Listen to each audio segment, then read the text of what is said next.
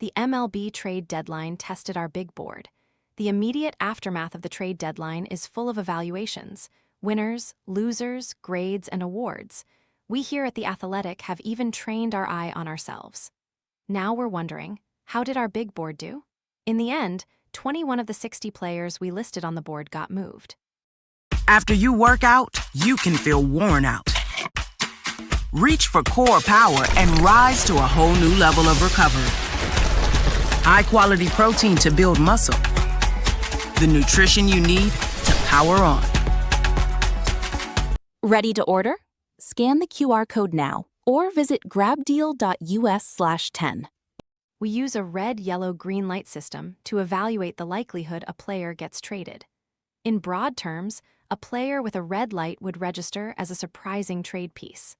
A player with a yellow light is typically on a team caught between buying and selling or has extra years of team control on a seller. It can go either way. And a player with a green light is one who is being actively shopped. How did that system play out this year?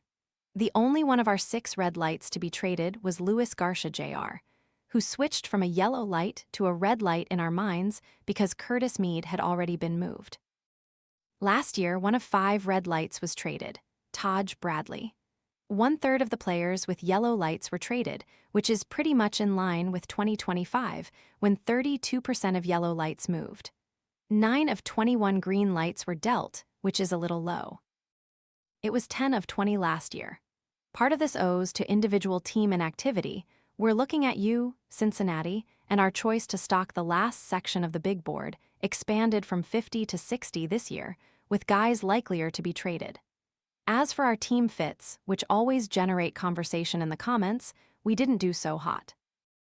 Only 5 of the 21 players were traded to a team we listed as a best fit. This is always a difficult exercise, deciding which 3 of the dozen buyers that could use a starter work best for this specific one, or figuring out which team might force a bat into the mix despite the defensive fit being iffy. We stand by our take that the Phillies were still not the best fit for Luis or Reese. We were in the right area for a few guys. We pegged the Red Sox and Rays as fits for multiple catchers, but we didn't think Baltimore would trade Adley Rutschman in the division or that Tampa Bay would view Liam Hicks as a full-time catcher. But we'll go back to the drawing board on this for next year. Advertisement and now on to the rankings.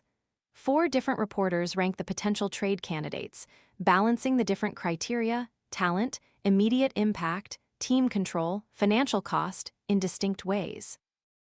One thing we don't really take into account in the rankings is the likelihood of being traded, which is why so many of our top names stayed put. Let's break it down further. The players in bold were traded. The obvious no. Tarik Skubal, the trade deadline centered on one guy the whole time. This was a Skubal watch from the very beginning, and he was moved in a late-night blockbuster, a full day and a half before the deadline itself. Putting Skubal at the top of our big board was inevitable from the moment the Tigers stumbled out of the gate, and his trade to the Dodgers was, in fact, the biggest deal of the week. Jackson Holliday, one of our regrets regarding last year's big board was that it didn't include the biggest name moved at the deadline, Mason Miller. So this year, we wanted to err on the side of inclusion. That's why we kept Abrams and Ryan there, even as reporting suggested it was increasingly unlikely they'd be dealt. And that's why Holliday was a late addition when his name came up in reports. If anything, we still sweated this group being too small when late reporting suggested Hunter Green and George Kirby also had a chance to change teams. Ultimately, no one from this group was traded, nor was Green or Kirby. So, were we wrong to include these players on the big board, or is this group of non-trades a byproduct of the format itself? Each of these 6 was labeled with a yellow or red dot, meaning uncertain or unlikely to be traded. We knew these 6 were long shots, but that's usually the case with the most impactful, most valuable players. We simply couldn't ignore, based on reporting, the possibility that a team might make this kind of splash. Instead, the Padres and Twins ultimately decided to buy, while the Angels, Nationals, Rockies, and Orioles sold without tearing their rosters to the studs. Advertisement controllable, movable assets 8. Adley Rutschman in a way, This trio justifies the 6 players who came before. Soriano was traded with 2 years of remaining team control. Rutschman was traded despite being a legitimate Orioles cornerstone under contract for another year. The fact that 2 of these 3 were traded is why we couldn't ignore the fringe availability of guys like Abrams, Miller, and Goodman. The 2 trades that came closest to matching the size and scope of the Skubal deal were Soriano to the Blue Jays and Rutschman to the Red Sox. Those 2 moves involved prospects who ranked number 47 on Keith Law's updated Top 70 Prospects list, plus other notable prospects. The Skubal trade cost the Dodgers nose. So, in all, 3 of our top 10 players were actually traded, and each of those trades involved at least one top 50 prospect. Liam Hicks in our ranking sessions, this was always one of the murkiest parts of the big board. There was a lot of talent, but aside from a couple of rentals, Gausman and Mize, it was never clear if any of these 10 would actually be traded. And in fact, only 3 were dealt: Gausman to the Cubs, Mize to the Padres, and Hicks to the Rays. Of the 7 who didn't move, 4 played for teams that bought at the deadline: Cubs, Astros, Mariners, Padres. It was always expected that the Cubs and Mariners would be buyers, but Suzuki and Hancock stood out as unique trade chips who could be dangled in an effort to address other needs. That's always easier said than done, and perhaps we overestimated the possibility of such a move, especially in Suzuki's case. Advertisement 4 players in this group came from the Marlins, who wound up trading only one of them, Hicks, while reportedly considering offers for almost everyone on their roster, at least on the position player side. The Marlins were an unusual case heading into the deadline because they had fallen hard in the weeks leading up, and we were at least correct in assessing that they were likely to sell with some potential to sell big. Freddie Peralta, 4 of these 5 were traded, and if we expand to include some names from the group above, then we have 7 of the 10 players ranked number 25 who actually landed with new teams. That's not a bad hit rate in the middle of the board, and it's important to note that most of them were rentals, who are obviously the easiest assets to move. All 4 who were traded in this group were green lights. The Blue Jays were a little harder to predict with Gausman and Varsho, but they ultimately sold their top rentals. They traded Jeff Hoffman too. The Mets were clearly going to sell, and did so with Holmes and Peralta as 2 of the best starting pitchers to change teams. Ariz was the most readily available impact infielder on the market. If we could have given him a flashing green dot, we would have, because it was always inevitable that the Giants would trade him to the highest bidder. One notable exception from this group is Jeffers, who might have been dealt had the Twins not been hellbent on avoiding another sale after last year's trade deadline teardown. Luke Weaver, another group that was heavily traded, 6 of these 9 changed teams, but in many cases, it wasn't quite as obvious that they would be moved. One who stayed, Morjan, was at the center of conflicting reports about just how close he came to being dealt. He was the highest-ranked green light who didn't move. Advertisement Ward and May were relatively safe bets to be traded, both were rentals. And Griffin, too, was obvious trade bait after it became clear the Nationals were going to sell rather than thread the needle. Nootbaar, Garcia, and Weaver were traded despite having 1 more year of team control.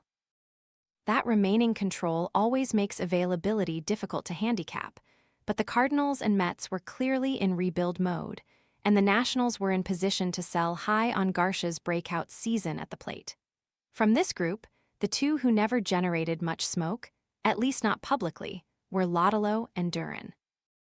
One plays for the Reds, who wound up doing shockingly little at the deadline, and the other plays for the Red Sox, who were definitely buyers but had reason to try to thread the needle with their underperforming left fielder. Duran's value is low, so is his batting average, so it's hard to be shocked that he ultimately stayed put, even if he was an interesting trade possibility. A large group that largely stayed 35. Riley O'Brien, this group was always a weird, disjointed one. Bieber and Torres were rentals playing for sellers, but both have been hurt and neither was moved. Springer and Chapman are veterans having down years, and they also stayed put. Alvarez, Shaw, Domings, Cowser, and O'Brien have several years of remaining control, and at least in the cases of Shaw, Domings, and Cowser, were included on the big board partly as younger players who could be traded by a buyer to address other issues. Wacha had a red dot because we didn't really expect him to be traded. Walker plays for the Astros, who wound up leaning to the buy side. Of this group, only Ray was ultimately moved. He was a green dot who we expected to change teams, though we certainly didn't have the Padres as one of his 3 most likely destinations. We didn't have San Diego on my list, either. The Padres are always good for a few surprises. Yennier connotes coincidence that these 3 wound up grouped together, but it's also helpful because one was traded as mostly a salary dump, Castillo, while the other 2 wound up staying with their current teams and signing contract extensions. Advertisements so, only one of these 3 was traded, but it's worth wondering if the other 2 might have moved had they not agreed to terms beyond this season. Very little movement at the bottom 51. Tyler Stephenson, this seemed to be a group of mostly readily available role players, but only Adele and Hoffman were actually traded. That's in part because 4 of these guys, Suarez, Blede, Singer, Stephenson, play for the Reds, and the Reds wound up being one of the least active teams at the deadline. They were clearly in position to sell, but sending Nathaniel Lowe to the Guardians was their only trade of any consequence. They could have sold high on Blede and tried to get something before Stephenson. Singer and Suarez become free agents this offseason, but instead, they stood pat with no realistic hope of making the postseason. The Padres and Twins ultimately decided to buy rather than sell, which dashed any thought of selling high on France or trying to find a platoon home for Larnach. We were definitely right to have a green dot on Soler, who was so readily available the Angels designated him for assignment the day after the trade deadline.